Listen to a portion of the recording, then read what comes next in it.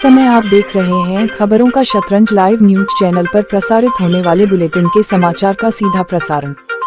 खबरों का शतरंज लाइव न्यूज चैनल के आज के इस खास बुलेटिन के समाचार के प्रसारण में आपका स्वागत है।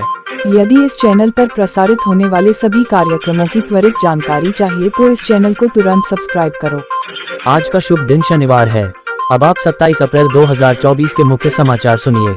व्हाट्सएप और इसकी मूल कंपनी मेटा के तरफ से पेश वकील तेजस कारिया ने दिल्ली हाई कोर्ट में भारत के आईटी कानूनों के एक नियम 4(2) को कोर्ट में चुनौती दी है, क्योंकि सरकार चाहती है कि इसके जरिए जरूरत पड़ने पर कंपनियां मैसेज को उसके लिए ट्रैक करें और उसका सोर्स बताएं, यानी पहला मैसेज किसने किसे भेजा, इसकी जानकारी सरकार को दी जाए।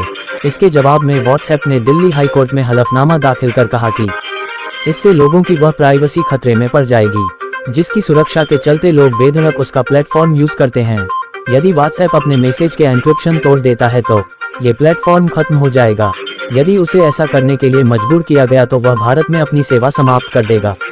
हाईकोर्ट के कार्यवाहक मुख्य न्यायाधीश जस्टिस मनमोहन और जस्टिस मनमीत प्रीतम सिंह अरोड़ा ने एक जनहित याचिका पर सुनवाई करते हुए तीखी टिप्पणी करते हुए कहा कि दिल्ली सरकार की दिलचस्पी सिर्फ सत्ता में बने रहने की है, इसलिए गिरफ्तारी के बावजूद इस्तीफा न देकर अरविंद केजरीवाल ने राष्ट्रीय हित के ऊपर अपने निजी हित को प्राथमिकता दी है। कर्नाटक में पहले चरण के चुनाव के बीच राज्य बीजेपी के 2 नेताओं के खिलाफ एफआईआर दर्ज की गई है।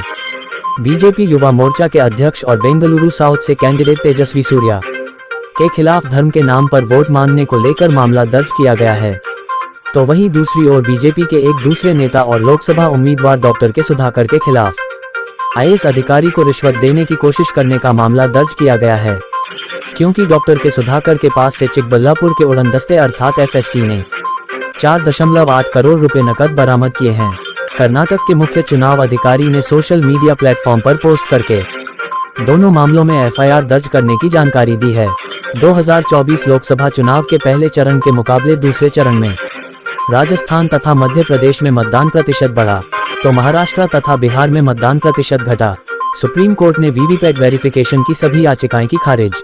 सुप्रीम कोर्ट ने इलेक्ट्रॉनिक वोटिंग मशीन अर्थात ईवीएम के वोटों का voter verifiable paper audit trail VVPAT पर्चियों से 100% सत्यापन की मांग वाली सभी याचिकाएं खारिज करते हुए अपने आदेश में कहा कि वोट बैलेट पेपर पर नहीं कराए जाएंगे, वोट ईवीएम से ही कराए जाएंगे। सुप्रीम कोर्ट में मुख्य न्यायाधीश डीवाई चंद्रचूड़, जस्टिस जेबी पारदीवाला और जस्टिस मनोज मिश्रा की बेंच ने शुक्रवार 26 अप्रैल को शिवखेड़ा की नोटा से जुड़ी एक याचिका पर सुनवाई करने के लिए तैयार हो गई है, जिसके लिए चुनाव आयोग को नोटिस भी जारी किया है।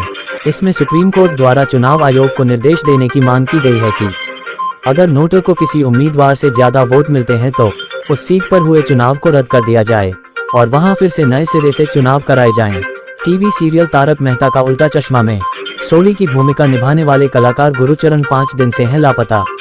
पुलिस द्वारा गुमशुदगी पर किडनैपिंग का केस दर्ज किया गया, क्योंकि उनके फोन से हुए थे कई ट्रांजैक्शन। गो फर्स्ट विमानन कंपनी को दिल्ली उच्च न्यायालय से लगा बड़ा झटका, क्योंकि दिल्ली उच्च न्यायालय ने नागर विमानन महानिदेशालय को 55 विमानों का पंजीकरण रद्द करने के लिए कहा है, जिसे गो फर्स्ट ने पट्टे पर लिया था। पट्टेदारों के उन आवेदनों पर तुरंत कार्रवाई करने का निर्देश दिया है, जहां की विमान पट्टे पर दे रखी कंपनियों ने संकटग्रस्त एयरलाइन गो फर्स्ट से विमान वापस लेने की कवायद में यह आवेदन किया है। कांग्रेस ने चुनाव आयोग से मांग की है कि मणिपुर के कुछ बूथ पर रीपोलिंग हो, क्योंकि वहां ईवीएम और वीवीपीएटी तोड़े गए तथा बूथ कैप्चरिंग हुई तथा जबरन वोट भी डाले गए। 2024 के लोकसभा चुनाव में मतदान के दिखे अनोखे रंग। महाराष्ट्र में एक शख्स ने अपने बंदर के साथ वोट डाला, तो बिहार में दुल्हन ने विदाई से पहले मतदान किया। तो दोस्तों, अब आज के बुलेटिन के समाचार का प्रसारण समाप्त हुआ। अब अगले समाचार के अगले प्रसारण में फिर मिलेंगे। तब तक के लिए जय हिंद, जय भारत।